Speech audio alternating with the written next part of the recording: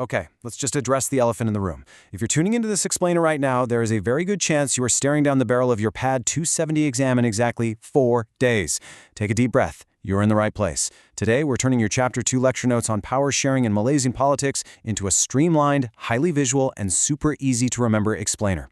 Consider this your ultimate high-yield study companion. We're going to break down the complex theories, clarify the confusing terminology, and make absolutely sure you walk into that exam hall feeling completely confident.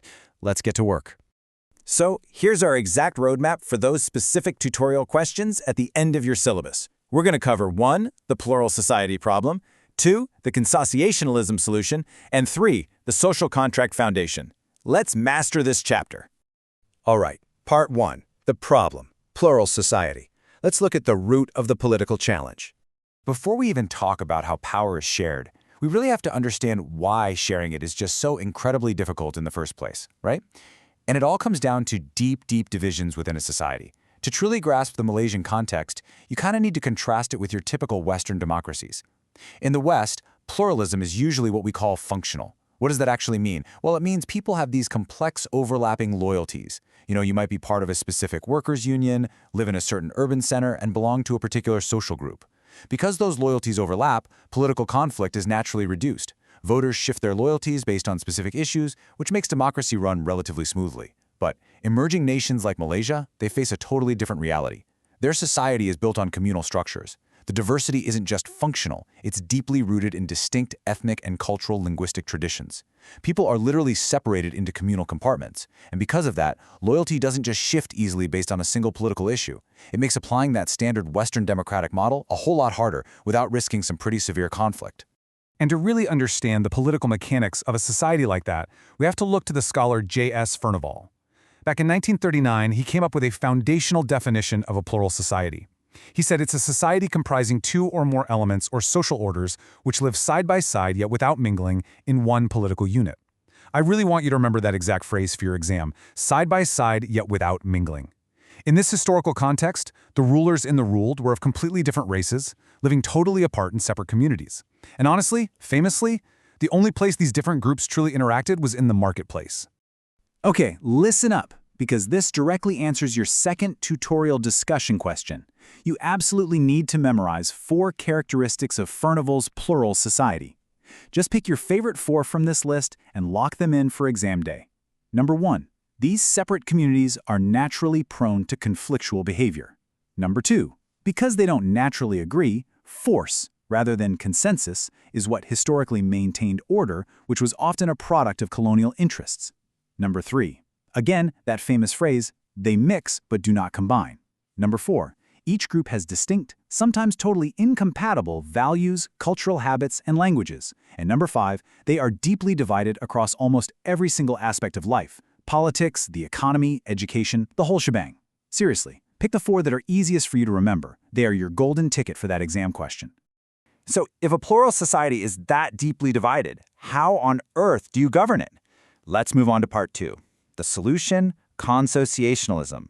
The absolute crucial point here is memorizing this specific definition by political scientist Aaron Lidgepart from 1969. And just a quick note, you might also see this concept referred to as ethnic accommodation or consociational democracy. Basically, Lidgepart states that consociationalism requires, quote, conscious cooperation among elites of different communities to control the destabilizing effects of open ethnic competition. Do not miss that keyword, elites. The general public might be deeply, deeply divided, but stability is achieved because the leaders, the elites sitting at the top of each community, actively choose to cooperate with each other. Go ahead and pause this explainer if you need to, because this right here is your cheat sheet for how this system practically functions. There are 4 main pillars. First up, the Grand Coalition. This is where elites from each ethnicity actually come together to rule jointly, simply because they recognize the absolute danger of not cooperating. Second is the mutual veto. This is super important because it ensures the majority can't just steamroll the minority. It requires consensus, meaning a minority group literally has the power to block decisions that threaten their core interests. Third, we have proportional representation. This means positions in the civil service, the police, and government are handed out based on population percentages. So if your community makes up 30% of the population, you get roughly 30% of the representation. And finally, segmental autonomy. This allows different groups to maintain their own individuality, sometimes even having totally different culturally based community laws. It's these 4 gears turning together that actually keep a deeply divided society stable. All right, just like before, here's another direct answer to your tutorial list. Your exam is going to ask for 4 favorable conditions that make consocialism work. I highly advise you to lock in 4 of these right now. So, it works best when there is a multiple balance of power, meaning no single group is quite large enough to dominate everyone else. It also really thrives when there are common external threats that sort of force everyone to band together. Having overarching loyalties to the state definitely helps bridge those gaps too. A strong historical tradition of elite accommodation is vital. And finally, having a small population size or achieving socioeconomic equality can massively reduce the pressure on the whole system. Pick 4, write them down, and boom, you've got another question in the bag. Now, you might be wondering, why are we studying this in a Malaysian politics class? Well, it's because Malaya fits the term consociational state perfectly. Just think about the incredibly diverse groups that make up the country. It has major internal divisions along ethnic, religious, and linguistic lines. But crucially, none of these single divisions are quite large enough to form an absolute dominating majority group all on their own. And yet, the nation manages to remain remarkably stable. How? Exactly the way Lijfart described, through very careful, conscious consultation among the elites of each of its major social groups. So what actually gives those elites the authority to govern in the first place? Let's get into Part 3, the foundation, the social contract. Okay, so we know the problem is division, and the solution is elite cooperation. But seriously, what gives those elites the authority to cooperate and govern at all? Historically, it was gatherings of leaders that grounded this abstract Western concept into the real-world origin of political authority in Malaysia. The social contract is essentially a legalistic notion. It's a voluntary, reciprocal, and completely binding agreement among free and equal individuals. It basically describes the whole nature and foundation of political obligation. Why do we follow the law? Well, theoretically, it's because we all implicitly agreed to this underlying contract that forms our society. At its very core, the social contract is the overarching theory that speaks to the relationship between people and their government. Historically, subjects were forced to just blindly follow the whim of a monarch under the divine rule of kings. But the social contract radically replaced that old idea with the consent of the governed. In modern popular discourse, it's really understood as a reciprocal deal.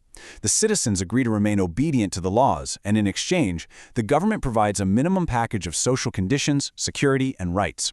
It is very much a two-way street. Now, what's genuinely fascinating is how different philosophers interpreted this exact same contract. And pay attention, because this is perfect prep for your final tutorial question. You need to know these different views. Think of John Locke as the ultimate defender of the individual. He argued that people have inherent natural rights, and the entire purpose of the social contract, the whole reason we allow rulers to exist in the first place, is to protect those rights. Rulers must absolutely never violate them. Jean-Jacques Rousseau, on the flip side, focused heavily on the collective. He argued that people actually needed a superior structure to help them achieve what he called the general will of the people. So Locke is all about protecting your individual rights from the government, while Rousseau is about using the government to achieve the collective goals of the whole society. Grasping this contrast is going to make your exam essay vastly stronger. As we wrap up this explainer, I want to leave you with a bit of a provocative thought to maybe use in your essay conclusions. We've looked at Furnival's deeply divided plural society, and we've explored how a social contract binds people together. But here's the real critical thinking question for your exam. Can a social contract that was drafted generations ago truly survive the rapidly shifting loyalties and complex dynamics of a modern, evolving plural society?